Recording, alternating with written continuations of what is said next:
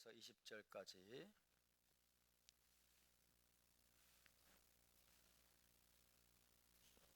한 목소리로 봉독합니다. 거짓 선지자들을 삼가라. 양의 옷을 입고 너희에게 나오나 속이는 노략질하는 일이라. 그들의 열매로 그들을 알지니 가시나무에서 포도를 또는 엉겅퀴에서 무화과를 따겠느냐. 이와 같이 좋은 나무마다 아름다운 열매를 맺고 못된 나무가 나쁜 열매를 맺나니 좋은 나무가 나쁜 열매를 맺을 수 없고 못된 나무가 아름다운 열매를 맺을 수 없느니라. 아름다운 열매를 맺지 아니하는 나무마다 찍혀 불에 던져지느니라. 이러므로 그들의 열매로 그들을 알리라. 아멘. 네, 이번 주는 바에라 주간이었습니다. 출애굽기 두 번째 파라샤였죠. 바에라. 오늘은 히브리 관점 복음서 강의 148번째 시간입니다. 148강이 되겠습니다. 지난주는 계속해서 좁은 문으로 들어가라 라는 말씀에 대해서 나눴습니다. 다시 말씀드리지만 토라는 계명에 대한 순종을 생명의 길로 비유해서 묘사하고 있습니다. 계명에 대한 순종이 곧 생명의 길이다 라고 말씀하고 있습니다. 비슷하게 예수와는 생명으로 인도하는 문은 좁고 길이 협착하여 찾는 이가 적으니라 라고 말씀하셨습니다. 생명으로 인도하는 문은 좁고 길이 협착하여 찾는 이가 적으니라. 다시 말해서 생명의 길, 생명의 문은 아주 좁고 길이 험해 보여서 찾는 사람이 적다는 뜻입니다. 하나님의 계명에 순종하는 길은 그만큼 좁고 협착하다는 뜻이 되겠습니다. 누가복음 13장에서도 어떤 사람이 주여 구원을 받는 자가 적으니까 라고 물었을 때 예수와는 뭐라고 대답하셨습니까? 좁은 문으로 들어가기를 힘쓰라 라고 대답하였습니다. 구원을 받는 자가 적으니까 좁은 문으로 들어가기를 힘쓰라. 최종적인 구원에 참여하고 메시아 왕국과 영생으로 인도하는 문은 넓은 문이 아닙니다. 아주 좁고 험하여 인기가 없을 뿐만 아니라 찾으려고 해도 찾지 못하는 사람들이 많다는 뜻입니다. 저와 여러분을 지금 그 좁은 길, 좁은 문으로 인도하시는 하나님을 찬양합니다. 마지막 때에 많은 사람들이 주여 주여 열어주소서, 우리가 주 앞에서 먹고 마셨으며 주는 우리를 길거리에서 가르치셨나이다 라고 하면서 메시아 왕국에 들어갈 자격이 있다라고, 천국에 들어갈 자격이 있다라고 항변할 것입니다. 하지만 주님은 이렇게 말씀하십니다. 행악하는 모든 자들아 나를 떠나가라. 행악하는 모든 자들아 나를 떠나가라. 하나님을 믿는다고 하면서 여전히 악을 행하고 죄 가운데 사는 자들은 생명의 좁은 문으로 들어가지 못할 것입니다. 예수와를 안다고 하면서 그분의 뜻대로 행하지 않고 자기 뜻과 욕망대로 사는 자들은 천국 문을 통과하지 못할 것이라는 뜻입니다. 중요한 것은요, 우리가 예수와를 주님이라고 고백하느냐가 아닙니다. 중요한 것은 우리가 구원에 관한 교리에 정통하는 것도 아닙니다. 정말 중요한 것은 우리가 계명에 순종하며 선을 행하고 의로운 행실을 나타내는 것입니다. 그것이 우리의 믿음의 진실성을 증명해 주는 것이기 때문입니다. 바룩 하셴. 지난주에 또 우리는 거짓 선지자를 삼가라 라는 예수와의 말씀에 대해서 잠깐 살펴보았습니다. 거짓 선지자를 조심하기 위해서는 참 선지자가 어떤 존재인지를 알아야 되겠죠. 참 선지자. 선지자란 단순히 미래를 점치는 사람이 아니라고 했습니다. 선지자란 단순히 미래를 점치는 사람이 아니라 어떤 사람입니까? 하나님의 백성 이스라엘에게 하나님의 말씀을 전달하는 하나님의 대변인, 메신저라고 했죠. 하나님의 대변인이며 메신저입니다. 참 선지자의 특징이 무엇이었습니까? 참 선지자의 특징은 거의 항상 이스라엘을 향해 회개를 촉구하고 토라 준행의 삶으로 돌아갈 것을 촉구하는 것입니다. 이것이 참 선지자의 가장 중요한 특징입니다. 이스라엘 공동체를 향해서 회개를 촉구하고 토라 준행의 삶으로 돌아가라 라고 외치는 자입니다. 만약 토라에 순종하는 삶으로 돌이키지 않을 경우 하나님의 무서운 징계와 심판을 피할 수 없을 것이라고 경고하기도 합니다. 뿐만 아니라 참 선지자는 궁극적으로 임할 메시아 왕국에 대한 비전으로 이스라엘 백성을 위로하고 격려하는 사람입니다. 할렐루야. 그렇다면 거짓 선지자는 어떤 사람일까요? 토라에 따르면 기본적으로 선지자를 자처하는 사람이 여호와의 이름으로 한 예언이 성취되지 않을 때 그는 거짓 선지자라고 말합니다. 여호와 이름으로 뭔가 예언을 했는데 그 예언이 성취되지 않으면 그는 거짓 선지자이니 그를 두려워하지 말지니라 라고 말씀하고 있죠. 여호와 이름으로 한 예언이 성취되지 않으면 그 사람은 거짓 선지자의 확률이 아주 높습니다. 하지만 요나의 경우처럼 진실한 회개로 인해서 선지자가 선포한 재앙과 심판이 철회되는 경우는 예외라고 했습니다. 예외적인 케이스예요. 그죠? 진실한 회개가 갑자기 중간에 끼어들어서 예언이 철회가 되고 취소가 되는 경우는 예외적으로 그 사람은 거짓 선지자가 아닌 것입니다. 요나는 거짓 선지자일까요? 아닐까요? 요나는 거짓 선지자가 아닙니다. 비록 니느웨 성을 향해서 선포한 그의 예언이 빗나갔지만 철회되었지만은 요나는 그럼에도 불구하고 거짓 선지자가 아닌 것입니다. 여러분, 하나님은요 선지자를 통해 선포된 예언이 모두 다 그대로 성취되기를 원하시는 것이 아닙니다. 진심으로 회개하고 모든 죄에서 돌아서기만 한다면 하나님은 위대한 선지자의 예언이라도 즉각 취소하실 준비가 되어 있다고 믿습니다. 할렐루야.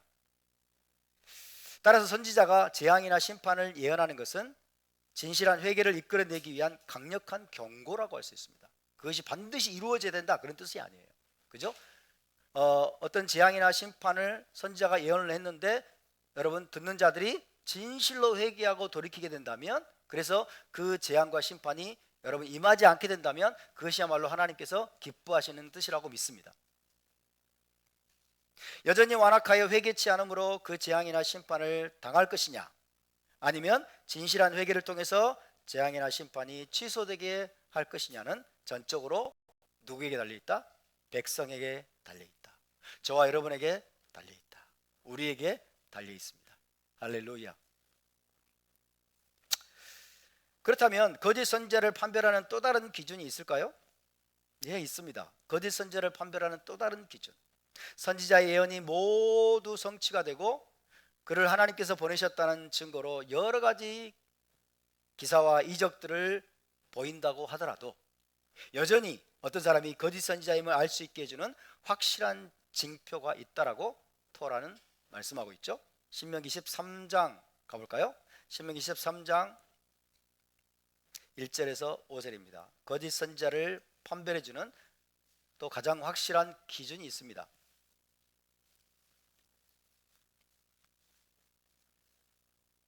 신명기 13장 1절에서 5절입니다. 시작. 너희 중에 선지자나 꿈꾸는 자가 일어나서 이적과 기사를 내게 보이고 그가 내게 말한 그 이적과 기사가 이루어지고 너희가 알지 못하던 다른 신들을 우리가 따라 섬기자고 말할지라도 너는 그 선지자나 꿈꾸는 자의 말을 청종하지 말라. 이는 너희 하나님 여호와께서 너희가 마음을 다하고 뜻을 다하여 너희 하나님 여호와를 사랑하는 여부를 알려하사 너희를 시험하심이니라. 너희는 너희 하나님 여호와를 따르며 그를 경외하며 그의 명령을 지키며 그의 목소리를 청종하며 그를 섬기며 그를 의지하며 그런 선지자나 꿈꾸는 자는 죽이라. 이는 그가 너희에게 너희를 애굽 땅에서 인도하여 내시며 종되었던 집에서 속량하신 너희 하나님 여호와를 배반하게 하려 하며 너희 하나님 여호와께서 내게 행하라 명령하신 도에서 너를 꿰어내려고 말하였음이라. 너는 이같이 하여 너희 중에서 악을 제할지니라. 아멘. 자, 여기서 모세는 거짓 선지자를 분별하는 가장 분명한 기준을 제시합니다. 그것은 하나님의 백성을 우상 숭배하도록 유혹하거나 토라의 계명에서 벗어나도록 유혹하는 것입니다. 우상을 숭배하도록 유혹하거나 토라의 계명에서 벗어나도록 유혹하는 자, 그가 아무리 많은 기사와 이적들을 행하고 그가 한 모든 말이 이루어진다고 하더라도 상관없습니다. 유일하신 여호와 신앙에서 벗어나게 하거나 하나님이 명하신 토라의 계명들을 버리도록 이끌어 간다면 그는 100% 거짓 선지자라는 뜻입니다. 아무리 대단한 기적을 행하고 아무리 대단한 이적들을 행하고 아무리 엄청난 예언을 해서 그 예언이 이루어지더라도 여호와 신앙에서 벗어나게 하고 하나님의 계명인 토라에서 벗어나게 한다면 그 사람은 100% 거짓 선자라고 모세는 우리에게 분명하게 말씀하고 있습니다. 아멘입니까? 이스라엘의 참 선지자는 토라 준행의 삶을 회복하도록 테슈바를 회개를 외치는 사람이지 그럴싸한 말로 토라 준행에서 벗어 빗나가게 만드는 그런 사람이 결코 아닙니다. 따라서 여러분, 예수아가 참 선지자로 인정받으려면, 예수아께서 참 선지자로 인정받으려면 하나님의 계명을 어기거나 토라를 안 지켜도 된다고 가르치지 않았어야 됩니다. 아멘입니까? 아무리 예수아가 문둥병자를 고치고 바다 위를 걷고 심지어 죽은 자까지 살리는 기적을 행했을지라도 샤밧이나 절기를 폐하고 토라를 폐했다면 예수아는 선지자가 될 수 없고 메시아가 될 수 없는 것입니다. 아멘. 그것이 확고한 토라의 분별 기준입니다. 그러므로 예수아는 토라를 폐할 수 없는 분임을 믿으시기 바랍니다. 예수아는 샤밧을 폐할 수 없는 분임을 믿으시기 바랍니다. 예수아는 절기도 폐할 수 없고, 여러분 토라의 어떤 계명도 예수아는 약화시키거나 여러분 이제 폐해졌다라고 선언할 수 없는 분임을 믿으시기 바랍니다. 토라의 계명 하나라도 예수아께서 여러분 폐하거나 예수아께서 이제 끝났다라고 여러분 선언한다면 그분은 즉각적으로 메시아가 될 수 없고 선지자가 될 수 없는 것입니다. 거짓 선지자로 판명되는 것입니다. 이처럼 신명기에서 모세는 여러 가지 기적들과 이적들을 행하거나 초자연적 능력을 보여주는 자가 참 선지자라고 말하지 않았습니다. 가장 확실한 분별 기준은 우상 숭배를 용납하느냐 용납하지 않느냐, 그리고 토라의 계명들에서 벗어나게 하느냐 벗어나게 하지 않느냐입니다. 또 한 가지를 덧붙일 수가 있는데요. 또 한 가지를 덧붙이자면, 타나크에 보면 각 시대마다 많은 거짓 선자들이 일어났었습니다. 각 시대마다 많은 거짓 선자들이 실제로 일어났었습니다. 북이스라엘 아합 왕 시대에도 많은 거짓 선자들이 있었죠. 많은 거짓 선자들이 있었는데 그 중에 미가야 한 사람만 참 선지자였습니다. 거짓 선자들이 참 많았는데 미가야라는 이 한 사람만 참 선지자였습니다. 그리고 남유다 왕국 말기에도 많은 거짓 선지자들이 일어났었는데 예레미야 한 사람만 참 선지자였습니다. 자, 그렇게 각 시대마다 일어났던 거짓 선지자들의 공통점이 무엇이었을까요? 그들은 토라 준행의 삶을 회복하라는 회개를 외치지 않았습니다. 토라 준행의 삶을, 토라에 순종하는 토라 준행의 삶을 회복하라는 회개를 외치지 않았고, 또 거의 한결같이 전쟁이나 재앙은 없을 것이라고, 전쟁이나 재앙은 없을 것이라고, 샬롬 너에게 평안이 있으리라, 샬롬 너에게 평안이 있을 것이다, 잘 될 것이다, 복 받으세요, 오늘날로 말하면 복 받으세요, 부자 되세요, 모든 게 잘 될 겁니다. 그렇게 예언을 했습니다. 이스라엘이 엄청난 죄악 가운데 있는데 회개하라고 촉구하지 않고 오히려 아무런 재앙이나 심판도 없을 것이며 하나님의 평안이 너에게 있으리라고 예언한다면 그런 예언은 반드시 성취되어야만 참 선지자임이 입증될 수 있습니다. 하지만 그들의 예언은 성취되지 않았습니다.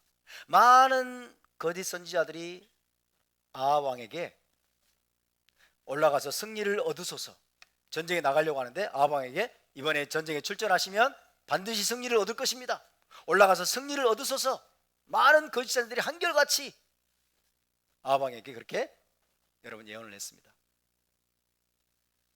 아합 왕에게 승리를 예언했던 많은 거짓 선지자들의 예언은 아합의 죽음으로 보기 좋게 빗나가고 말았습니다. 남유다 말기에 걱정하지 말라, 평안이 있으리라, 전쟁은 있지 않을 것이다, 예루살렘이 평안할 것이고 이 성전도 무너지지 않을 것이고 예레미야가 지금 거짓 예언을 하고 있다 라고 노래를 부르던 많은 거짓 선지자들의 예언은 바벨론의 침공으로 예루살렘과 성전이 파괴됨으로 인해서 보기 좋게 빗나가고 말았습니다. 바로 그런 자들이 거짓 선지자들입니다. 그런 자들이 거짓 선지자들입니다. 회개를 외치지 않고 평안과 형통을 예언했는데 그대로 성취되지 않으면 그는 거짓 선지자이므로 죽어 마땅한 자들이라고 성경은 말씀합니다. 우리는 그런 거짓 선지자들을 아주 조심해야 될 줄로 믿습니다. 여러분, 거짓 선지자들을 조심하시기 바랍니다. 마태복음 7장에서 예수와는 거짓 선지자에 대해서 또 다른 분별법을 제시하고 있는 것처럼 보입니다. 마태복음 7장에서 예수와는 거짓 선지자에 대해서 또 다른 분별법을 제시하고 있는 것처럼 보이는데요, 1세기에도 거짓 선지자들은 활발하게 활동하고 있었습니다.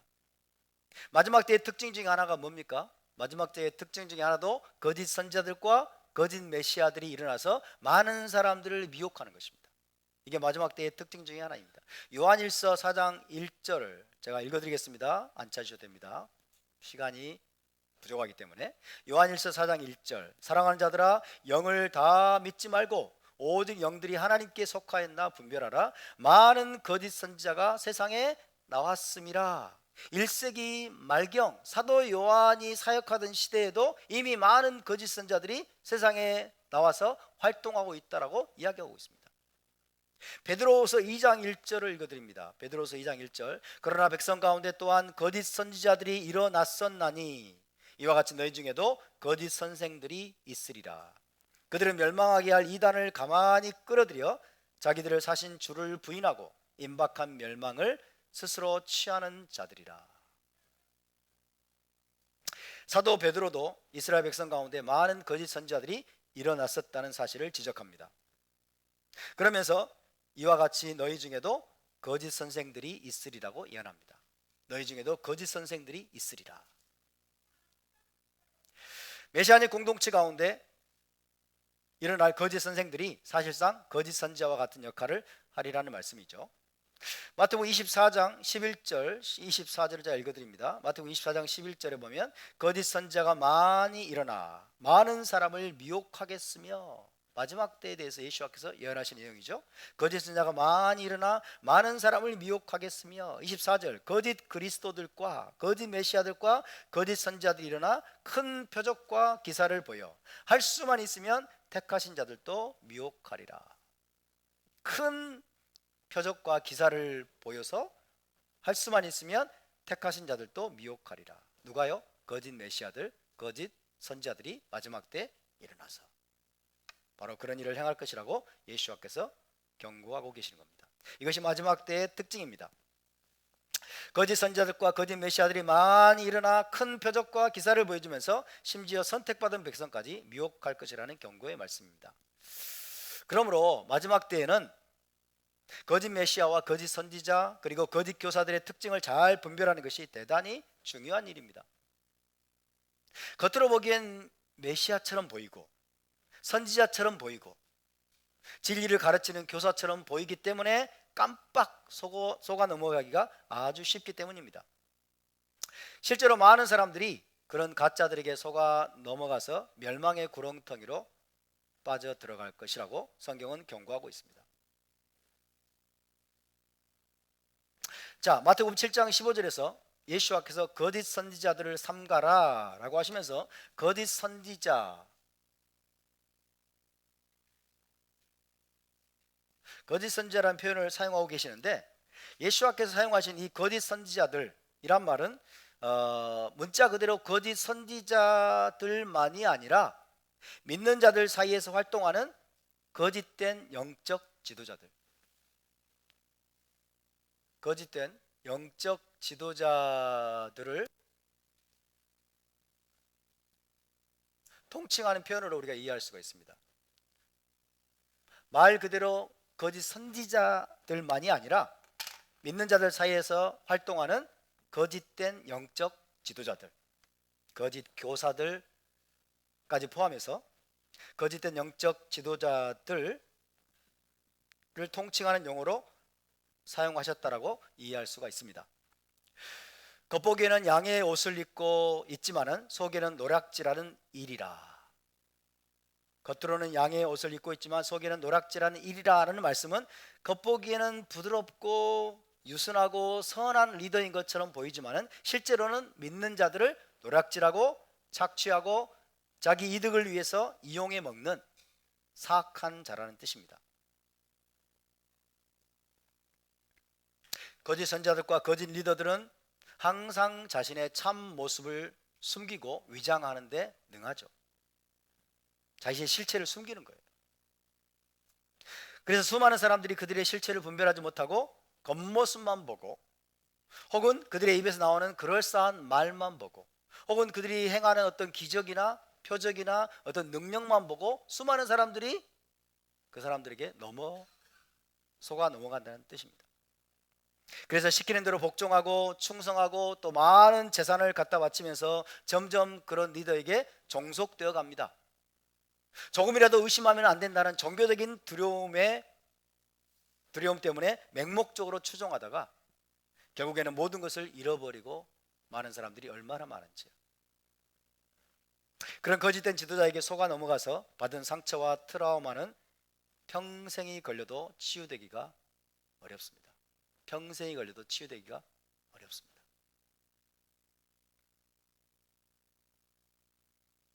제 친구 목사 한 명이 정원 목사라는 사람이 있어요. 정원 목사라고. 지금은 죽었는데요. 이 사람에게 속아 넘어가 가지고 모든 것을 다, 교회를 다 정리해 가지고 그걸로 들어간 거예요. 경기도 고향인가 막 교회가 있을 텐데 모든 것을, 교회를 잘 되고 있던 교회를 그럴싸한 정말 영적으로 엄청나게 뛰어난 사역자인 것처럼 그 사람의 책을 보면 다 그렇게 돼 있거든요. 그래서 속아 넘어가 가지고 모든 걸 정리하고 다 들어갔어요. 부목사로 들어간 거죠. 그랬다가 2년 후인가 쫓겨났어요. 하나도 챙기지 못하고 다 쫓겨나가지고 쫓겨났는데, 쫓겨날 뿐만 아니라 쫓겨나면서 들었던 가스라이팅하는 말들, 그 사람을 가스라이팅하는 말들 때문에 완전히 자괴감에 빠져서 목회를 더 이상 할 수 없는 지경이 되어버렸어요. 무서운 일입니다, 여러분. 지금도 제 친구 목사는 아마 지금 5년 넘었을걸요. 쫓겨난 지. 목회를 하지 못하고 주유소에서 일하고 있어요. 이런 일이 벌어졌어요. 너무 안타까운 일이죠. 거짓 영적 지도자들을 분별하지 못하면 여러분, 거기에는 종교적인 두려움이 종교적인 어떤 두려움입니까? 의심하면 안 된다는 거죠. 조금이라도 의심하면 큰일 난다는 이 종교적인 두려움이 작동되기 때문에 맹목적으로 추종하다가 나중에는 여러분 폐가 망신하게 되고 영혼이 완전히 털려버리는, 그래서 평생이 걸려도 그 트라우마를 치유하기가 어렵습니다. 그래서 마지막 때는 특히 거짓 선지자, 거짓 지도자, 그리고 거짓 교사들을 분별하는 명확한 기준이 필요합니다. 예수와 16절에서 그 분별 기준을 이렇게 제시하십니다. 그들의 열매로 그들을 알지니. 할렐루야. 그들의 열매로 그들을 알지니. 20절에서 주님은 이러므로 그들의 열매로 그들을 알리라 라고 말씀합니다. 그들의 열매로 그들을 알리라. 자, 예수와는 여기서 어떤 신학적이거나 교리적인 기준을 제시하지 않으셨습니다. 거짓 영적 지도자를 분별하는 신학적이고 교리적인 기준을 제시하신 것이 아닙니다. 혹은 그가 행하는 이적이나 기적을 보고 분별하라고 말씀하지도 않으셨습니다. 거짓 선지자를 분별하는 기준으로 예수와께서 제시하신 것은 한마디로 열매입니다. 열매. 따라서 열매.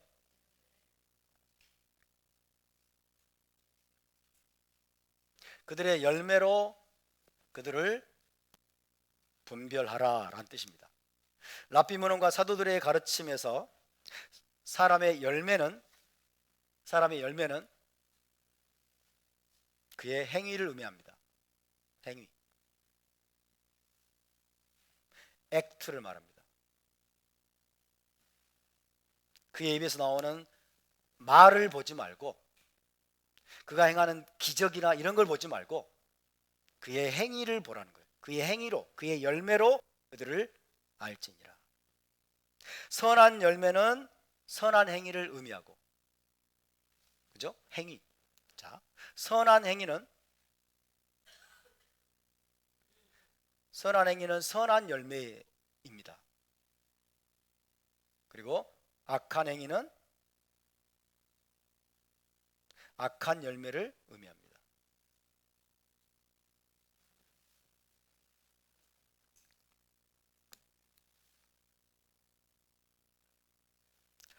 여기서 랍비 예수와는 사람을 나무에 비유하신 것으로 이해할 수 있습니다. 열매니까 열매는 나무가 맺잖아요.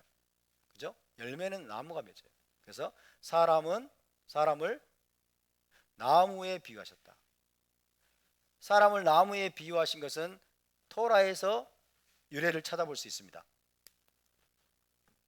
신명기 20장 19절 안 찾으셔도 됩니다. 20장 19절을 문자적으로 번역을 해보면 사람은 들의 나무이다 라고 할 수 있습니다. 사람은 들의 나무이다. 사람은 들의 나무와 같다라는 뜻이에요. 사람은 열매를 맺는 과목에 비유할 수 있다는 뜻입니다. 시편 1편 3절 읽어드립니다. 그는 시냇가에 심은 나무가 시절철을 따라 열매를 맺으며 그 잎사귀가 마르지 아니함 같으니 그가 하는 모든 일이 다 형통하리로다. 여기서도 주야로 토라를 묵상하고 사랑하는 사람이 시냇가에 심겨져서 사시사철 열매를 맺는 나무에 비유되고 있습니다. 사람은 열매 맺는 나무와 같다. 하나님이 그렇게 인간을 창조하셨음을 믿으시기 바랍니다. 시편 52편 8절입니다. 그러나 나는 하나님의 집에 있는 푸른 올리브나무 같으며 나는 하나님의 집에 있는 푸른 올리브나무 같으며 하나님의 인자하심을 영원히 의지하리로다. 이렇게 시편 기자가 노래하고 있습니다. 시편 기자는 자신을 하나님의 집에 있는 푸른 올리브나무에 비유하고 있습니다. 시편 92편 12절 13절입니다. 의인은 종려나무같이 번성하며 레바논의 백향목같이 성장하리로다. 이는 여호와의 집에 심겼으며 우리 하나님의 뜰 안에서 번성하리로다. 그래서 여기서 의인은 하나님의 성전에 심겨진 종려나무에 비유되고 레바논의 백향목에 비유되고 있습니다. 이처럼 토라에서 사람은 나무에 비유되는데 특별히 열매 맺는 나무, 열매 맺는 나무를 두 자로 뭐라고 그럴까요? 과목이라고 하죠. 과목. 그렇죠? 사람은 열매 맺는 나무와 같은 존재로 하나님이 창조하셨는데 무슨 열매를 맺어야 되느냐? 여러분, 그의 행위, 즉 선한 행실이라는 열매를 맺도록 하나님께서 창조하신 것을 믿으시기 바랍니다. 혹은 사람은 선한 행위를 하든지 악한 행위를 하든지 그것들이 다 자기가 맺는 열매입니다. 자기가 맺는 열매. 어떤 열매를 맺을 것이냐? 그것이 관건이 되겠죠. 사람이 나무라면 관건은 좋은 열매를 많이 맺는 것입니다. 하나님 우리에게 좋은 열매를 많이 맺도록 우리에게 명령하고 계십니다. 사람이 맺어야 할 좋은 열매란 무엇일까요? 선한 열매. 우리가 맺어야 될 선한 열매, 선한 행위. 선한 열매란 뭘까요? 토라의 계명에 순종하는 선한 행실입니다. 아멘입니까? 이것이 하나님께서 우리에게 요구하시는, 예수와께서 우리에게 요구하시는 선한 열매, 좋은 열매입니다. 이것이 참 선지자들에게, 참된 영적 리더들에게서 나타나야 될 선한 열매임을 믿으시기 바랍니다. 할렐루야. 이 열매로 영적인 지도자들을 너희는 분별해야 된다라고, 거짓 선지자든 참 선지자든 열매로 너희가 분별해야 된다라고 주께서 우리에게 확실한 기준을 여기서 말씀하고 계십니다. 자, 16절부터 18절을 다 함께 읽어보겠습니다. 7장 16절에서 18절 시작. 그들의 열매로 그들을 알지니 가시나무에서 포도를 또는 엉겅퀴에서 무화과를 따겠느냐. 이와 같이 좋은 나무마다 아름다운 열매를 맺고 못된 나무가 나쁜 열매를 맺나니 좋은 나무가 나쁜 열매를 맺을 수 없고 못된 나무가 아름다운 열매를 맺을 수 없느니라. 아멘. 여기서 가시나무와 엉겅퀴는 거짓 선지자를 의미합니다. 가시나무 엉겅퀴는 거짓 선지자, 거짓된 영적 지도자를 의미하고 포도나무와 무화과는 참 선지자, 진실한 영적 지도자를 의미합니다. 좋은 나무는 참 선지자, 진실한 영적 지도자를 의미하고 못된 나무는 거짓 선지자, 거짓된 영적 지도자를 의미합니다. 어떤 지도자가 포도나무나 무화과 나무인지 아니면 가시나무나 엉겅퀴인지 어떻게 알 수 있습니까? 그의 열매를 보면 알 수 있다는 뜻입니다. 어떤 자가 좋은 나무인지 못된 나무인지, 어떤 지도자가 좋은 나무인지 못된 나무인지 어떻게 분별할 수 있습니까? 그의 열매를 보면 알 수 있다는 뜻입니다. 왜요? 좋은 나무가 나쁜 열매를 맺을 수 없어요. 그리고 못된 나무가, 나쁜 나무가 좋은 열매를 맺을 수가 없어요. 거짓된 영적인 지도자가 선한 행실의 열매를 맺을 수가 없어요. 속이기 위해서 할 수는 있지만 진짜로는 그렇게 할 수가 없어요. 진실한 참된 영적인 지도자가, 참된 선지자가 여러분 나쁜 행실의 열매를 맺을 수가 없어요. 그 예수와께서 지금 말씀하시는 것입니다. 물론 그럴싸하게 사람들을 기만하고 속이는데 능하기 때문에 사람들은 거짓 선지자들에게 속아 넘어가기 쉽지만은 자세히 보면, 그리고 자세히 살피면 어렵지 않게 분별할 수가 있습니다. 그리고 영적인 지도자들이 맺어야 하는 선한 열매가 토라의 계명에 순종하는 선한 행실의 열매이기 때문에, 토라의 계명에 순종하는 선한 행실의 열매이기 때문에 우리가 분별하기 위해서는 어떻게 해야 될까요? 토라를 알아야 되겠죠. 그죠? 그걸 분별하려면 토라가 무엇을 가르치고 있는지, 토라의 계명이 무엇인지, 토라에 따라서 나타내야 되는 선한 행실이 무엇인가를 우리가 알아야 되겠죠. 아멘입니까? 그래서 모든 성도들이, 모든 믿는 자들이 토라를 알아야 되는 거예요. 여러분, 토라를 알아야 분별하고, 토라를 알아야 여러분 확실하게 우리가 판단을 할 수가 있는 것입니다. 맹목적으로 따르면 안 돼요. 맹목적으로. 토라를 모르면 영적인 소경이 되어서 아무도 분별할 수가 없게 됩니다. 아무도.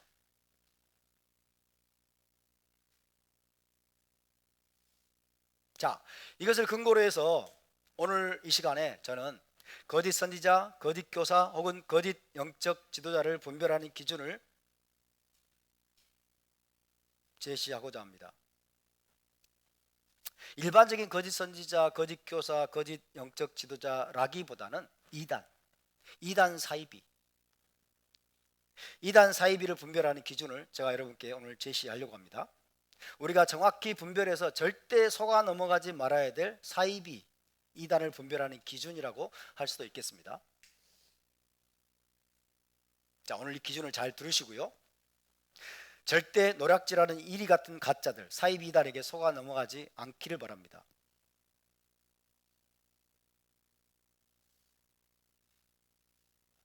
몇 가지를 여러분께 제시하기를 원하십니까? 이단 사이비를 분별하는, 그죠? 노략질하는 이리 같은 가짜, 이단 사이비를 분별하는 기준 몇 가지를 여러분께 제시하면 좋겠습니까? 8가지. 8가지를 제가 제시할 테니까 잘 적어 두셨다가, 이단 사이비 여러분이 혹시 미혹을 받으시면 그때 빨리 펼쳐서 보세요. 토라를 아는데 어떻게 이단 사이비에 빠지는 일이 있을 수 있겠습니까? 첫째, 제일 중요한 겁니다. 반인륜적인 행위를 강요하는 지도자나 단체입니다. 반인륜적인 행위를 강요하는 지도자나 단체는 가짜이고 이단 사이비입니다. 가짜들이나 사이비 이단들은 가족과의 관계를 끊어라, 친척과 친구들과의 관계를 끊어라 등으로 강요합니다. 이거는 반인륜적인 거예요. 심지어 남편은 아내를 버리고 아내는 남편을 버리라고 이혼을 강요하기까지 합니다. 이런 것들이 반인륜적인 행위죠. 반인륜적인 행위를 강요하는 지도자나 단체는 100% 가짜이고 사이비 이단입니다. 두 번째, 반사회적인 가르침을 주입하는 지도자나 단체입니다. 반사회적인 가르침을 주입하는 지도자나 단체입니다. 반사회적이라는 말은 뭡니까? 직장이나 생업을 버려라는 거예요. 직장이나 생업을 버리고 기도원이나 자기들만의 공동체에 들어와서 공동체 생활이나 예배에만 전념하게 하는 거예요. 그렇게 해서 신부단장을 해야 된다. 세상이나 사회와의 모든 연결고리를 끊어버리도록 강요하는 지도자나 단체도 100% 가짜이고 사이비 이단입니다. 굉장히 중요한 겁니다. 세상을 도피하게 만들고, 그죠? 직장도 버리게 만들고, 자기들이 운영하는 공동체나 이런 데 들어오게 만들어서 여러분 세상과 완전히 단절시키는 이런 반사회적인 단체들이에요. 성경은 그런 걸 가르치는 바가 없습니다. 이거 바로 이단 사이비예요. 세 번째, 전 재산까지 바치도록 헌금을 강요하는 지도자나 단체입니다. 전 재산까지 바치도록 헌금을 강요하는 지도자나 단체입니다. 헌금은 언제나 자발적으로 드려야 됩니다. 아멘입니까? 하나님께 드리는 헌금은 자발적으로 드려야 돼요. 헌금을 바치지 않는다고 모욕과 창피를 주면서 헌금을 강요하고 전 재산을 바치도록 강요하는 지도자나 단체가 있다면 역시 가짜거나 사이비 이단일 가능성이 높습니다. 헌금을 강요하고 헌금을 안 낸다고 막 모욕을 주고 수치를 주고 전 재산을 갖다가 와서 바치라고 하는 듯한 뉘앙스로 말하면 빨리 떠나야 돼요. 빨리 떠나야 돼요. 대부분의 가짜 사역자들과 이단 사이비들은 신도들의 무엇에 관심이 있을까요? 영혼에 관심이 있을까요? 재물에 관심이 있습니다. 신도들의 재물에 관심이 지대한 관심이 있습니다. 그래서 늘 헌금에 대한 압박감과 부담감을 심어주고 하나님의 계시를 빙자해서 전 재산을 바치도록 몰아갑니다. 모두 가짜들이고 사이비 이단들입니다. 네 번째, 연구 많이 했습니다. 제가 자기들한테만 구원이 있다고 가르치는 지도자나 단체입니다. 자기들한테만 구원이 있다고 가르치는 지도자나 단체. 전 세계 수많은 전통 교단들과 교파들은 자기들한테만 구원이 있다고 가르치지 않습니다. 그죠? 침례교, 감리교, 장로교, 그죠? 자기들한테만 구원이 있다고 가르치지 않아요. 어느 교단, 어느 교파에 속해 있든지 예수와의 십자가 대속을 믿고 예수와를 유일한 구원자로 영접하면 구원을 얻는다고 가르치죠. 그래서 맞는 말입니다. 하지만 가짜들과 이단 사이비들은 꼭 자기들만의 비밀한 계시를 운운하면서 그것을 모르면 구원이 없다라고, 다른 곳에는 구원이 없다고 사기를 칩니다. 그리고 여기를 떠나면 구원을 잃어버릴 것처럼 사기를 치죠. 하지만 자기 단체에서 못 빠져나가도록 하기 위한 방편이지 그것은 결코 사실이 아닙니다. 따라서 자기들한테만 구원이 있다고 가르치는 지도자나 단체는 굉장히 위험합니다. 굉장히 위험합니다. 이단 사이비에 가깝다고 할 수 있습니다. 그러므로 그들을 멀리 해야 됩니다. 다섯 번째,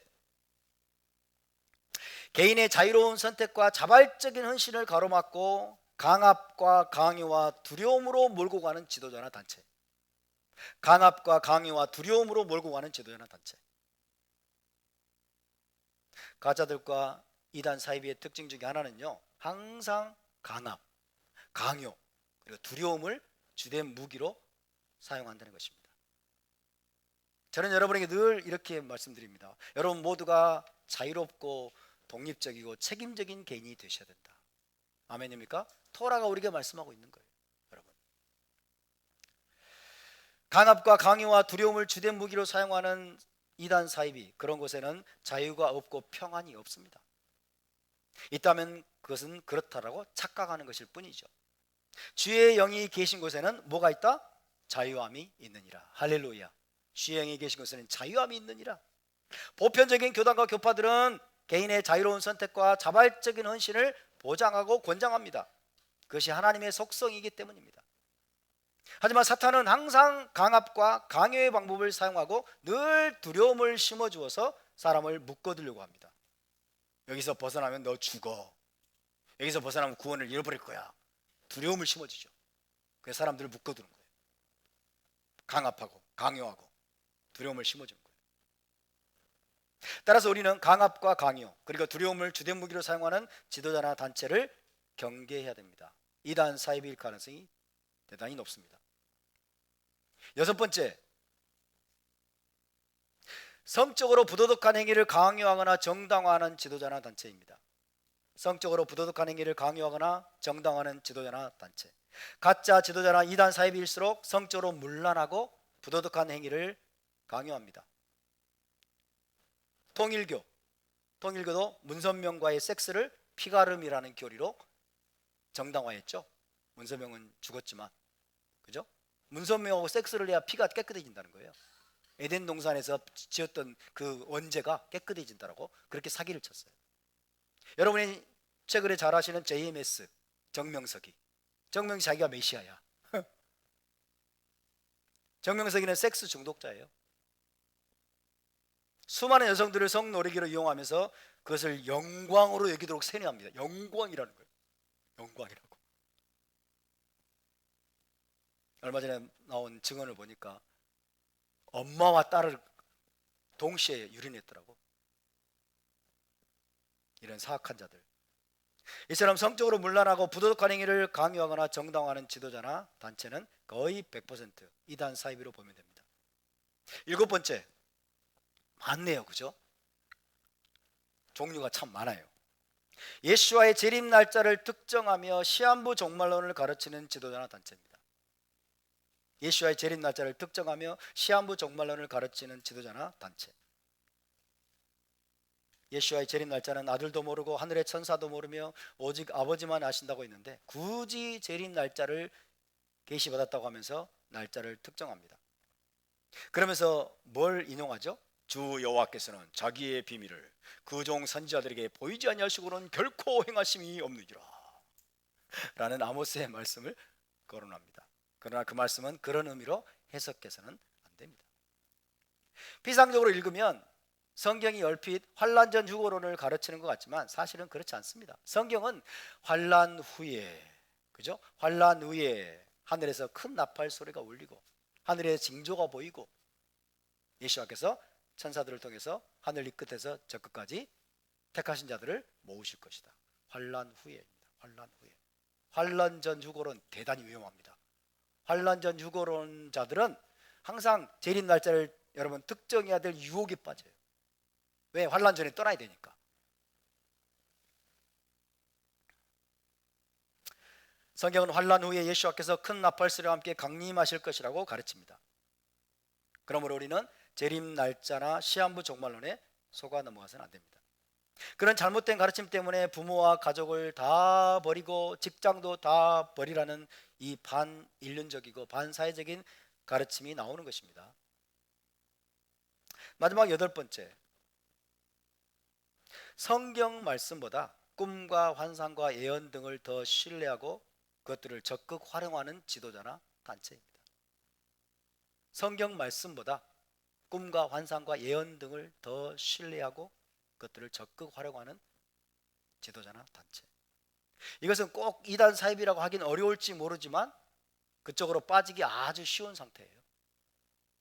우리의 신앙은 확고한 성경의 가르침과 말씀에 기반해야 될 줄로 믿습니다. 그래서 토라 신앙이 중요한 거예요, 여러분. 하나님이 주신 모세를 통해 주신 토라의 말씀, 그죠? 모세 오경으로부터 시작해서 계시록 말씀까지 이 하나님의 말씀을 붙들고 말씀을 가지고 씨름하고 말씀에 쉐마하고 말씀으로 주신 계명에 순종하는 삶이 여러분 우리에게 진정으로 중요한 안전한 신앙이라고 믿습니다. 성경 66권은 수많은 선지자들과 사도들에 의해서 기록된 검증된 하나님의 계시입니다. 검증된 하나님의 계시인데 꿈과 환상과 예언은 검증이 안 됐어요. 그죠? 굉장히 그래서 여러분 이것을 쫓아가면 위험합니다. 검증된 하나님의 계시예요. 수많은 선지자들과 사도들에 의해서 기록된 검증된 하나님의 계시가 바로 성경입니다. 그러므로 우리는 거짓 선지자들이나 거짓 교사들 혹은 이단 사이비에 넘어가지 않기 위해서는 끊임없이 말씀 속으로 들어가야 됩니다. 토라의 말씀을 쉐마하는 일에 집중해야 됩니다. 말씀을 읽고 배우고 연구하고 암송하고 읊조리는데 힘써야 될 줄로 믿습니다. 특히나 이 말씀을 히브리 관점으로 배우고 연구하고 내면하는 데 힘쓴다면 이단 사이비에 속아 넘어갈 가능성은 극히 낮아질 것입니다. 할렐루야. 제가 이 8가지를 제시했는데 이 8가지가 참 중요해 보이죠. 이 8가지 전부는 아닐 겁니다. 그러나 이 8가지 여러분 이단 사이비를 분별하는 이 기준이 그래도 많은 이단 사이비들에 빠지지 않을 수 있는 여러분 중요한 지표가 될 것이라고 생각이 듭니다. 아무쪼록 이 8가지 분별 기준을 여러분 마음에 잘 새기셔서 거짓 선지자들과 거짓 교사들 거짓된 영적 지도자들 그리고 이단 사이비에 속아 넘어가지 않기를 주의 이름으로 축원합니다. 무엇보다 정리해서 말씀드리면 예수와께서 오늘 말씀하신 그들의 행위로 열매로 그들을 알리라. 할렐루야. 토라를 준행하는 토라의 계명에 순종하는 선한 행실의 열매를 여러분 분별하고 우리가 그런 지도자들을 따라가야 될 줄로 믿습니다. 아멘. 자, 오늘 여기까지 말씀을 나누고 함께 일어나서 기도하겠습니다.